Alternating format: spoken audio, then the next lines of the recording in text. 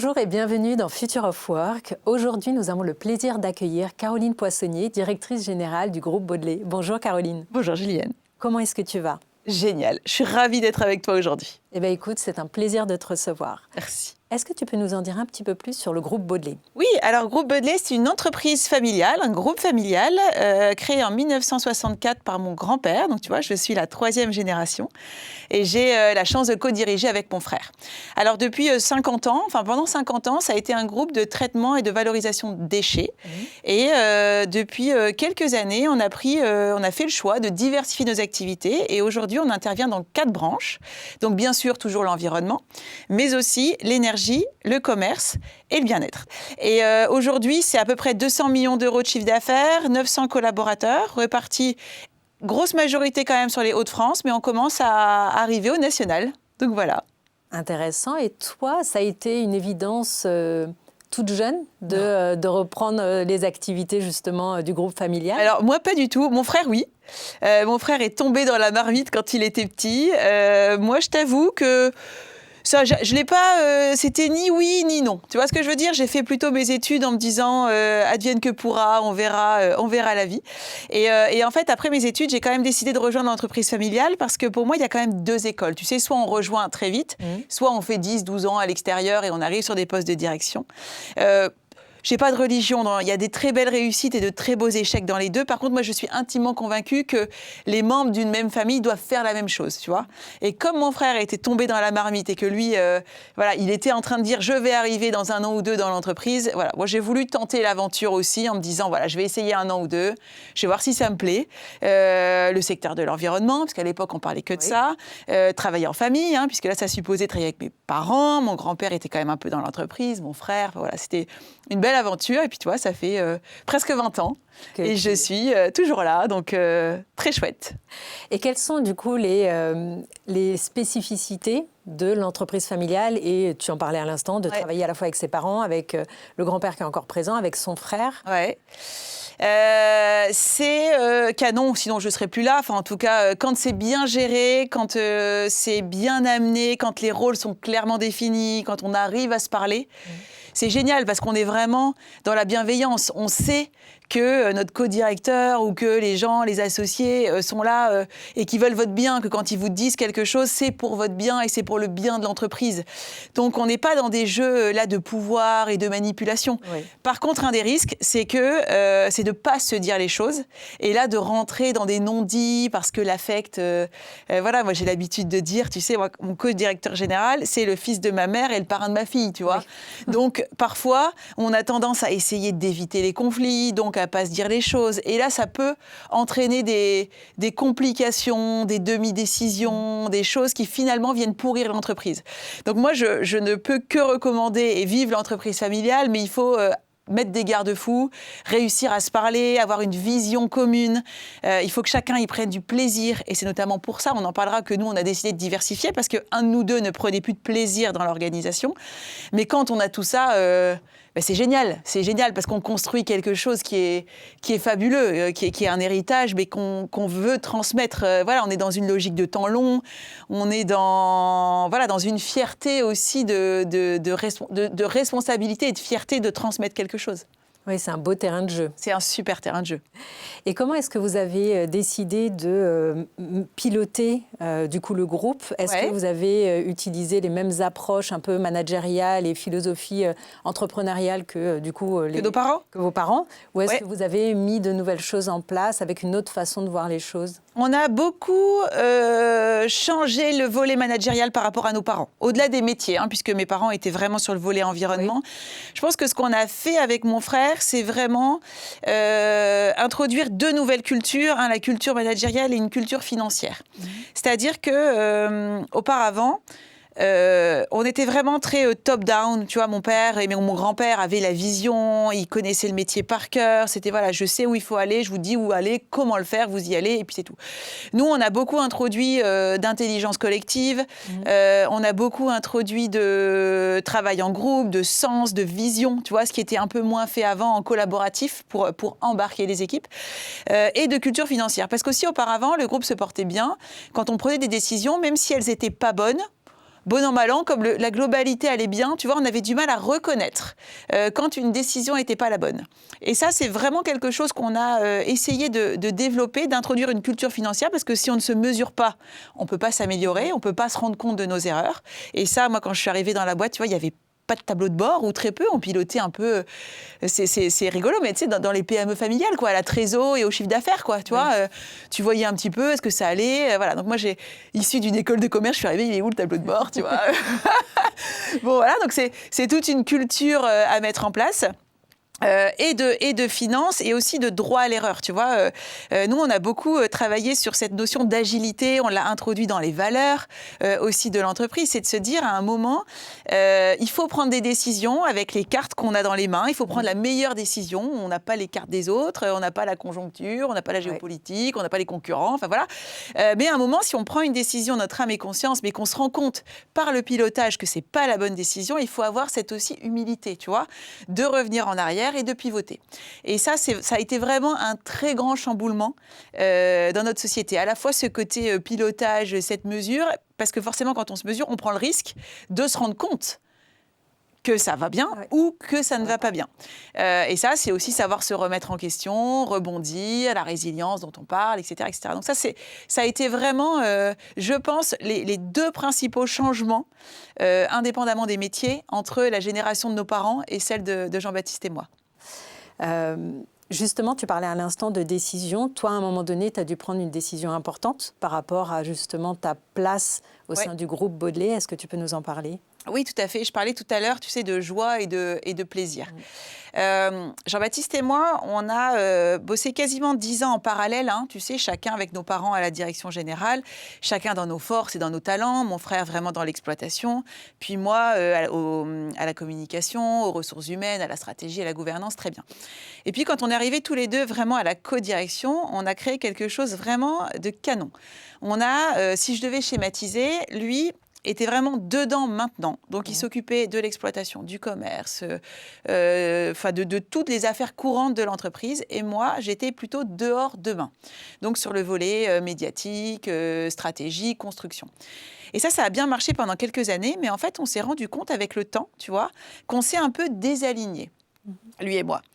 On n'avait pas envie, on s'est rendu compte à un moment qu'on n'avait plus envie d'aller ni à la même vitesse, ni au même endroit. Ouais. C'est-à-dire que lui aimait la PME régionale, de connaître l'intégralité des personnes avec qui il travaillait, de rentrer chez lui le soir, tu vois, d'être présent pour ses filles. Et moi, j'avais un côté peut-être plus ambitieux, qui avait envie de développer la boîte. Je commençais à monter au national sur ces sujets de transition écologique. Et là, à un moment, tu vois, on a plus trop su se parler. Et du coup, ce que moi, j'avais envie de faire, ce que lui avait envie de faire, ça correspondait plus. Donc là, on s'est dit, bon, bah, c'est tout. Moi, il faut que je revienne dans la boîte. De toute façon, c'est pas moi qui fais l'opérationnel dans la société. Et donc, je suis revenue. Sauf que là, j'ai eu une perte un peu de sens, de joie et d'envie, pas de sens de mon entreprise, parce que j'ai cette chance incroyable. Le groupe Baudelaire œuvre pour la planète. Tu vois, on a une vraie mission RSE. On fait des choses assez incroyables. Donc, c'est pas tant le sens de mon entreprise, c'était le sens de mon action. Oui, de ton activité. Dans l'entreprise, de ce que moi, j'étais en capacité d'apporter. Et si tu veux, pendant 10 ans, j'ai créé plein de choses à l'intérieur de l'entreprise et j'avais à un moment l'impression que ce que je pouvais amener, je l'avais amené. Et que là, je tournais un peu en rond et que donc, je ne m'épanouissais plus. Et donc, c'est tout. Mais j'ai accepté ça tel que, parce que voilà, c'est la vie des entreprises. À un moment, on revient, on pivote, on est agile. C'est ce qu'on s'est dit. Tu vois, on se désaligne, on se réaligne, pas de problème. Sauf que là, j'ai perdu la joie. Et j'ai perdu l'envie, tu vois. Et à un moment, quand on perd ça, je me suis rendu compte que j'ai perdu beaucoup de choses. Beaucoup de choses.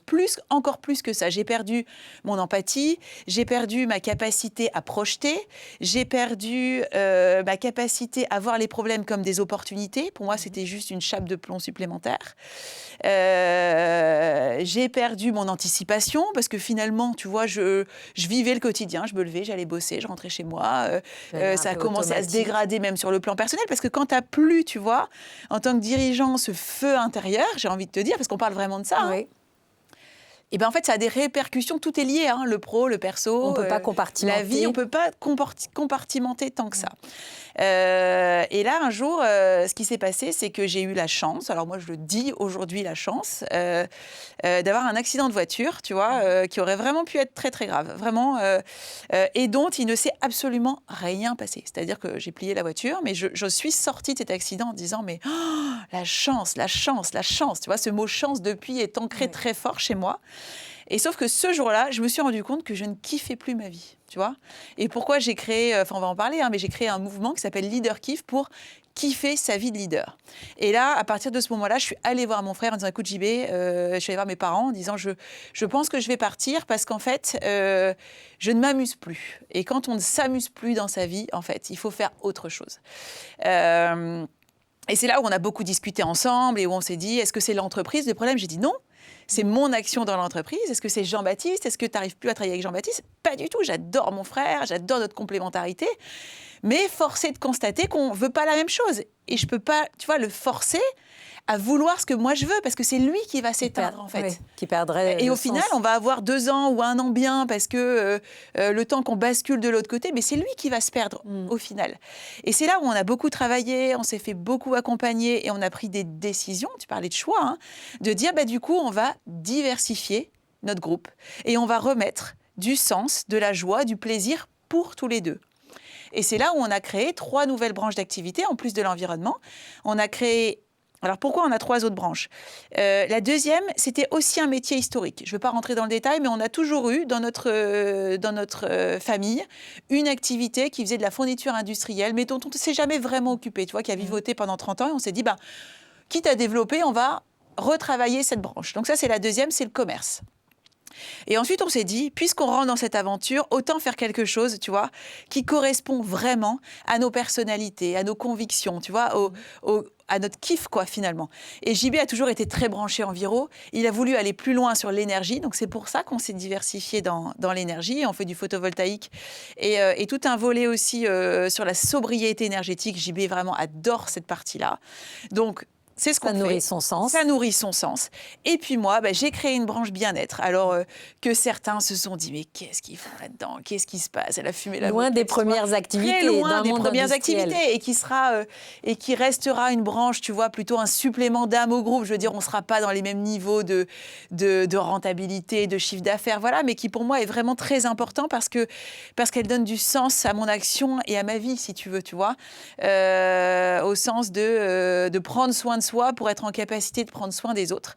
Et donc voilà, donc on s'est retrouvés. Aujourd'hui, le groupe Baudelet, c'est 4 branches d'activité et on est fiers de ça avec mon frère parce que du coup, on arrive aussi à se reparler, à avoir chacun du sens. La branche environnement restera régionale, à taille humaine et c'est complètement mon frère maintenant qui pilote tout ça, tout seul. On est bien sûr à 2 pour prendre les grandes décisions, mais je veux dire, c'est son bébé, c'est son dada, je ne m'en mêle plus. Et moi, je travaille à la construction des autres branches avec des associés opérationnels, hein, bien sûr, parce que je ne peux pas tout faire toute seule, mais qui ont vocation, eux, à partir au national, pourquoi pas à l'international, à rayonner, tu vois, et à satisfaire aussi notre vision à tous les deux. Et donc ça, c'est super quand on arrive à s'écouter, à se parler, à mettre les choses en place, à donner du sens. Et voilà, et à embarquer les équipes, parce que pour moi, c'est une formidable aventure. Tu vois, Baudelet Environnement, on a été Baudelet Environnement pendant 50 ans. Aujourd'hui, on est groupe Baudelet, avec une nouvelle identité visuelle, avec des branches, avec un groupe à créer. Tu vois, le défi, il est juste incroyable. Et justement, quels ont été les facteurs clés de succès qui ont permis d'arriver là où vous en êtes aujourd'hui, et notamment pour embarquer les équipes? Je pense c'est communiquer, donner du sens, co-construire, expliquer ce qu'on fait, pourquoi on le fait, comment. Voilà, on a beaucoup travaillé aussi. Tu sais, je parlais d'intelligence collective, on a été très très loin, hein, puisque pendant des années on l'a fait avec, j'ai envie de dire, soit le comité de direction, puis on a élargi un peu à l'encadrement, donc on était une 30aine de personnes. Moi, j'ai voulu aller même plus loin. Tu vois, on a créé des journées d'intelligence collective avec les 500, 800 collaborateurs. On le fait tous les 3-4 ans, qui s'appelle AID, tu vois. AID, c'est proposer des thématiques et d'aller chercher tous les avis, toutes les bonnes idées, tous les angles morts, tu vois, que nous, on aurait à rester en direction générale ou en encadrement. Et voilà, et quand on embarque les gens quand on explique ce qu'on veut faire, pourquoi, qu'on leur donne la parole et qu'on écoute ce qu'ils ont à dire, en fait, ça démultiplie, tu vois, le sens et l'engagement des collaborateurs. On a travaillé aussi sur des fonds de dotation pour renforcer l'engagement sociétal de notre entreprise dans la société, mais aussi l'engagement de nos collaborateurs, tu vois, de leur donner l'envie aussi de participer à quelque chose de plus grand. Donc, comment on fait ? On n'a pas encore réussi. Le pari n'est pas gagné, mais toujours est-il qu'on voit au jour le jour qu'on va de plus en plus loin, que l'engagement des collaborateurs est là, que les résultats sont là. Alors, on est dans une période difficile, on ne va pas se mentir. Le monde économique est hyper anxiogène, on n'est pas dans les meilleures années qu'a fait le groupe Baudelaire. Mais en même temps, tu vois, on s'en sort bien. Et je pense qu'on peut compter les uns sur les autres. Et ce mouvement Leader Kiff, là, prend une ampleur qui est assez incroyable, un engouement qui est assez fou. Et ça veut dire que le sujet, il est là, en fait. La santé mentale, le prendre soin de soi, on en parle beaucoup pour les collaborateurs, donc on fait beaucoup de choses pour nos collaborateurs. Mais il n'y a pas que les collaborateurs. Et moi, j'ai envie de porter ce message-là aussi pour les dirigeants. Et justement, Leader Kiff, tu peux nous expliquer un petit peu quel est ce mouvement ? Est-ce que ça va amener pour les dirigeants qui en seront membres ? Exactement. Leader Kiff, c'est vraiment de rejoindre une communauté de leaders qui pensent qu'il est possible de réconcilier ambition et équilibre. Donc, de fédérer une génération de leaders qui va mettre un leadership un petit peu différent, tu vois, qui est plus auto-centré sur la performance individuelle, qui est plus centré sur le objectif à tout prix. Oui, mais pas au détriment du reste. Donc, c'est vraiment ça, c'est proposer des ressources, de proposer des formations, de proposer de l'événementiel. Alors, quand on parle d'événementiel, c'est du networking, le matin, le midi, le soir, autour de dirigeants qui juste ont plein d'ambitions, qui ont envie de changer le monde, vraiment, chacun à leur échelle, chacun dans leur domaine d'activité, mais plus au détriment de leur famille, plus au détriment de leur santé. Donc, c'est plein d'outils. Je sais qu'on n'a pas beaucoup de temps, donc je ne vais pas rentrer trop dans le détail, mais c'est vraiment fait pour révolutionner un peu le leadership et remettre le bien-être et l'équilibre, surtout, au cœur de la performance collective. Et ça, avec ce que tu as vécu, c'est véritablement le fruit de cette expérience qui t'a permis de réfléchir à ça et d'amener cette solution. Exactement. C'est vraiment cette prise de conscience qu'en fait, quand on est la tête dans le guidon et quand on n'a plus de joie, on n'est plus un bon leader. On n'est plus en capacité de saisir les opportunités. Et c'est encore tabou, tu vois. Y a beaucoup de choses qui se sont faites, grande cause nationale, tu le sais, 2025. Pour la toute première fois renouvelée en 2026, alors qu'on sait que des grandes causes, il y en a eu plein. Quand on change de grande cause, il n'y en a aucune qui est réglée. On a eu les violences faites aux femmes, on a eu le sport, on a eu, le handicap. Aucune cause n'est réglée. N'empêche que là, 2 années de suite, c'est presque que le gouvernement a pris conscience qu'au-delà de ne pas être réglé, c'est que ça s'aggrave. Tu vois ce que je veux dire ? Et là, quand on regarde tout ce qui est fait, il y a notamment beaucoup de reportages. Je ne sais pas si tu as vu le reportage sur M6, tu sais, briser le tabou de la santé mentale. On arrive à commencer à en parler. Et moi, ce qui m'a frappé, c'est qu'il est canon, le reportage. Vraiment, je l'ai trouvé génial. Mais je me suis permis d'écrire à Juliette, je l'ai rencontrée, celle qui a réalisé le reportage. Il y a 0 dirigeant, 0 entrepreneur, 0 personne, tu vois, en position de. Soit il y a des sportifs, des acteurs, des gens connus et des anonymes. Et je me considère comme anonyme. C'est pas péjoratif quand je dis ça, mais je veux dire des gens qui ne sont pas connus du grand public. Et dans ça, c'était soit des personnes qui ont subi des violences dans leur enfance et qui ont du coup des troubles de santé mentale, ou soit que des entreprises, pas des entreprises, des collaborateurs qui se sont fait mettre au placard, qui se font harceler par leur chef, etc. Alors que la santé mentale, tu vois, ça concerne aussi et surtout peut-être les dirigeants qui se mettent eux-mêmes la pression de payer les salaires, quelles décisions prendre, qui sont qui sont seuls face à ce monde. Tu vois, on parle du monde VUCA, maintenant il y a une nouvelle terminologie, je ne l'ai plus là tout de suite, mais tu vois, on ne sait pas de quoi sera fait demain, c'est hyper compliqué, tout se tend de tous les côtés, et il faut être fort, il ne faut pas montrer qu'on doute, voilà, on a l'invulnérabilité qui est presque posée en super-héros, tu vois ce que je veux dire. Et moi, je me suis rendu compte que quand j'ai tenté d'être invulnérable, tu vois, quand je me sentais plus bien, en fait, j'ai mis un masque. Tu vois, et je me suis coupée de mes émotions, je me suis coupée de mes ressentis, je me suis coupée de mes envies. Et ça aurait pu être destructeur pour mon entreprise, en fait. Oui. Pour ton entreprise, pour les équipes en dessous. Exactement. Et donc, c'est parti de là, de cette expérience personnelle. Et donc, Leader Kiff, ça propose une méthode qu'on appelle la méthode Kiff, et qui est vraiment issue des 2 ans, 3 ans du cheminement que j'ai fait. Le premier, c'est de me repositionner, le cas, kiffez qui vous êtes. Donc, mais putain, j'ai envie de quoi pour ma vie, tu vois? À un moment, j'ai vu un coach, un psy m'a posé la question, qu'est-ce qui vous fait profondément vibrer? Et je te jure, j'avais 35 ans. J'ai pas su répondre à cette question. Tu vois, je sais pas. Donc, j'ai fait ce travail-là et je me suis fait accompagner. Et je pense qu'on doit se faire accompagner pour lever les zones d'ombre, pour regarder en face, tu vois, les angles morts. Tout seul, c'est vraiment difficile à faire. Puis ensuite, une fois que j'ai su ce que j'avais plus d'énergie. Parce que quand tu kiffes plus ta vie, tu dors, hein, mais tu te reposes pas, en fait. Enfin, je veux dire, quand tu as plus ce feu intérieur, donc de remonter en énergie par l'alimentation, par le mouvement, par reprendre le contrôle. Donc ça, c'est le deuxième, c'est le deuxième pilier. Investissez votre vitalité. Donc, réapprenez à monter en énergie. Et tu vois, le KPI, dans Leader Kiff, on dit ça, votre énergie est un des seuls KPI qui compte. Tu vois, aujourd'hui, dans les dirigeants, on a des KPI pour tout. Hein. La trésor, l'énergie, enfin, le chiffre d'affaires, les clients, la rentabilité, mais jamais sur comment est-ce que le dirigeant se sent. Alors que c'est le premier actif immatériel de l'entreprise, quand même. Hein. Et peut-être celui qui est le moins suivi ou le moins pris en compte. Donc ça, c'est le 2. Ensuite, quand je suis remontée en énergie, j'ai eu ces petites voix-là, tu vois, qui disent « Ouais, mais Caro, en fait, tu vas faire quoi ?» Tu vois, ça fait 15 ans que tu es dans l'entreprise familiale, tu as toujours fait ça. Je te rappelle que vous bossez dans le déchet. Donc, très bien, mais si tu n'as pas envie de bosser dans le déchet... Bon, bah voilà. Donc, tu vois, j'avais les petites voix négatives, les trucs. Et là, je me suis rendu compte qu'en fait, elle m'empêchait, tu vois, elle m'enfermait dans un immobilisme. Et donc là, j'ai beaucoup travaillé sur les neurosciences, sur ce côté optimisme, gratitude, psychologie positive, tu vois, et que moi-même, je me mettais des barrières. C'est même pas les autres qui m'en mettaient, je me les mettais moi-même. Et donc, le troisième pilier, c'est vraiment façonner votre esprit. Tu vois, le premier F, c'est ça, c'est reprenez le contrôle, en fait, de vos pensées. Et du coup, et le dernier, c'est forcément, mettez-vous en action. Faites un premier pas. Et moi, je suis très fan de ça, de la méthode des petits pas, de l'effet cumulé. On ne va pas tout révolutionner d'un coup. Mais tu vois, une fois que je me suis dit, bon, je suis capable de le faire. Je sais ce que je veux faire. J'ai retrouvé l'énergie et je pense que j'en suis capable. Et puis là, tu regardes la montagne et tu te dis, waouh, comment je vais faire pour y aller, tu vois. Et ce truc de mettez-vous en action. Le premier petit pas, il ne va pas m'amener là où je suis aujourd'hui. Hein. Par contre, il va me faire bouger de là où j'étais. Et si je fais un pas, puis un autre, et que j'arrête jamais, et que je continue, même si c'est dur, même si les gens disent « Non, mais l'autre, non, mais t'es complètement taré, qu'est-ce que tu fais, pourquoi ?»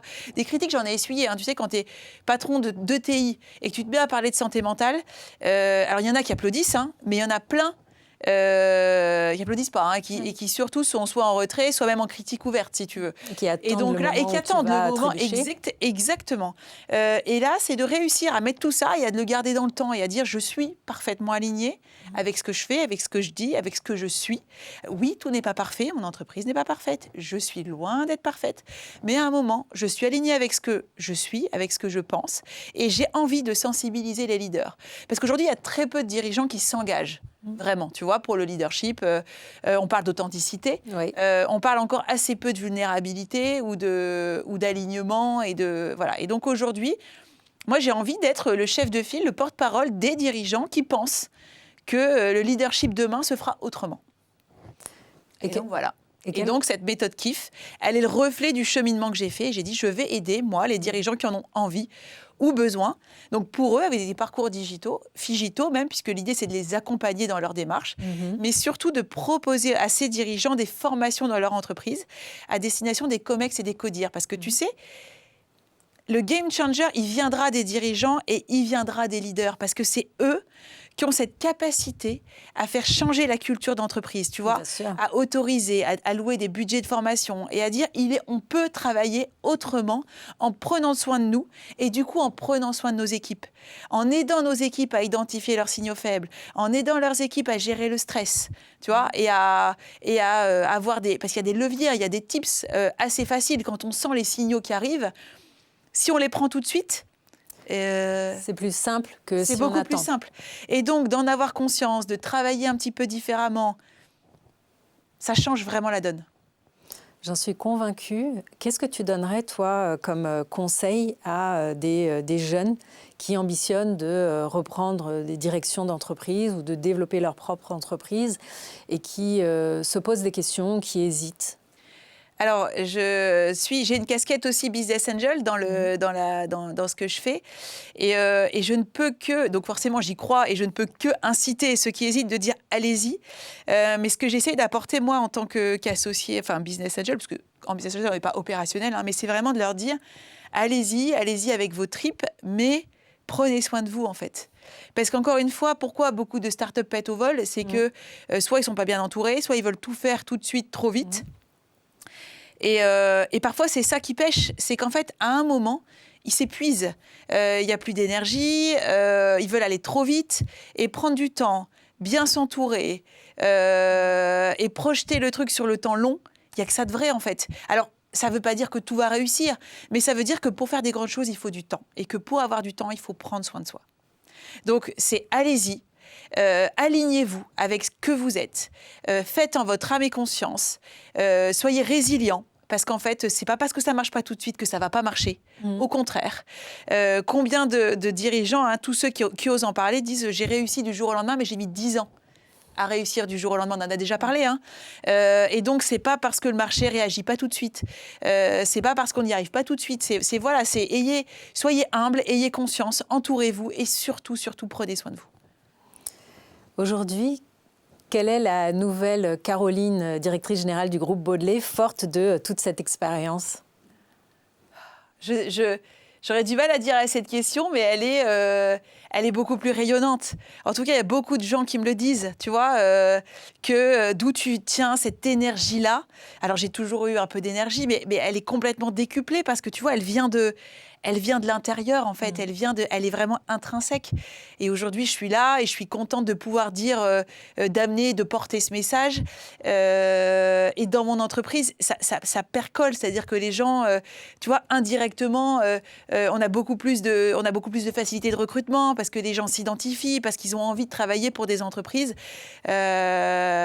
qui pensent un petit peu différemment et qui autorisent des choses un petit peu différentes, tu vois. Et donc, c'est un rayonnement, c'est une fierté, c'est un alignement et c'est une joie retrouvée, tu vois. Et en fait, ça n'a pas de prix. Je travaille toujours autant, mais je travaille un petit peu différemment. Ce qui est vraiment important pour moi, je le mets au centre de mon agenda. Et si c'est le mercredi à 15h, eh ben c'est le mercredi à 15h, tu vois. Et pareil, je n'arrête pas de dire aux dirigeants qui disent « Bah ouais, mais si tu fais un truc de sport, par exemple, le mercredi à 15h, bah, plus personne ne va bosser. » Mais ouais, mais en fait, tu vois, quand tu arrives à être aligné et à dire « Oui, mais est-ce que tout le monde bosse 70 heures par semaine ?» Tu vois, et quand tu arrives à dire, à être droit avec toi-même et à dire, bah, avec tout ce que je fais, si le truc que j'ai envie de faire, c'est le mercredi à 15h, c'est OK, tu vois, et de l'expliquer ou de même pas l'expliquer, parce que sinon, on rentre dans une justification qui presque amène de la culpabilité. Mais en fait, quand tu arrives à bosser, à rayonner, à être là pour tes équipes, à amener ce que tu as dans l'entreprise, est-ce qu'après, c'est une question de temps absolu, tu vois? Enfin, c'est tout ça qu'on essaye de faire. Et en faisant ça, moi, ben, je me sens hyper bien. Et quand tu te sens bien, la performance, tu vois, j'ai plus de sourire, j'ai plus d'énergie à donner à mes équipes. Et en fait, tu le ressens, c'est un effet boule de neige qui est au-delà de qu'est-ce que je mets en place directement pour atteindre la performance. Enfin, ça devient naturel. Ça devient une conséquence. Ça devient une conséquence. Et souvent, c'est ça, c'est l'énergie que tu mets, fais-le avec ton âme, fais-le avec ton cœur, fais-le avec ton corps, enfin, tu vois. Et en fait, le résultat, il en découle. Et s'il n'en découle pas, encore une fois, on a plus d'énergie pour pivoter. Complètement. Ce serait quoi pour toi le futur du travail souhaitable ? Qu'est-ce que tu as envie de voir au-delà du groupe Baudelaire, mais dans les autres entreprises ? Ce que je t'ai dit, un leadership plus aligné, plus éclairé, où le travail, pour moi, c'est un facteur hyper positif à la vie, tu vois. C'est un facteur de reconnaissance sociale, c'est un facteur de fierté, c'est un facteur de de contribution. De contribution, tu sais. Et pour moi, le travail ne doit plus être une cause voilà, on doit pouvoir se dire quand on est fatigué, on doit pouvoir dire quand on traverse des choses difficiles, on doit pouvoir être dans la communication. Alors encore une fois, on est bien sûr dans une recherche de performance. L'idée, c'est pas de dire du coup on travaille plus. L'idée, c'est pas de dire c'est le monde des bisounours. Bien sûr, c'est pas de dire qu'on n'a plus d'objectifs. Mais quand on est aligné, quand on le fait bien, tu vois, quand on peut être en confiance et en sérénité, là aujourd'hui, il y a vraiment un blocage d'échange et de discussion. Moi, je rêve d'un monde du travail où on puisse discuter, être en gagnant-gagnant, être, tu vois, à l'écoute de son corps, de ses ressentis et du coup, de donner encore plus, mais de la bonne façon. Donc, une autre forme de leadership qui tient plus sur le... je tiens à tout prix, je fais des heures pour faire des heures, tu vois, qui serait plus sur je m'engage à faire des choses, je les fais, si je les ai fait, ben c'est cool. Fait avec le plaisir. Et je le fais avec le plaisir et avec le smile et où on prend le temps de célébrer les victoires. Tu vois, aujourd'hui, il y a ce biais, hein. Il y a ce biais de négativité. Tout ce qui est bien fait, on ne le dit pas, on pointe que ce qui ne va pas. L'idée, c'est aussi de remercier, de travailler plus sur la reconnaissance et sur l'écoute. Et rien que ça fait beaucoup, en fait. Hein. Est-ce qu'il y a quelque chose que tu aurais fait différemment dans ton parcours, maintenant en regardant dans le rétroviseur ? Ce que j'ai toujours dit, avoir regretté, enfin pas regretté, mais tu vois, je suis quelqu'un de très dynamique, qui je vois loin, je vais vite, et parfois j'ai pas assez embarqué. Tu vois, les équipes, j'ai pas pris assez de temps de donner du sens. C'est aussi pour ça que je le fais d'autant plus aujourd'hui. Mais le changement, ça prend du temps. Et tout le monde n'est pas en capacité de changer vite. Oui. Tout le monde n'est pas en capacité et encore une fois, il n'y a pas de négativité dans ce que je dis. C'est vraiment... mais tout seul, on ne fait pas grand-chose, en fait. Et j'ai peut-être eu ce truc-là, de vouloir... tu vois, faire trop vite, trop toute seule. Voilà. Donc aujourd'hui, j'essaye d'embarquer des équipes, de donner encore une fois du sens. Et ça, je le conseille aussi à tout le monde, c'est de dire, voilà, quand on veut aller loin, il faut aller ensemble. Caroline, merci infiniment pour tes partages. Avec plaisir. Merci à vous qui nous avez suivis. On se retrouve très prochainement pour un nouveau Future of Work et un nouvel invité.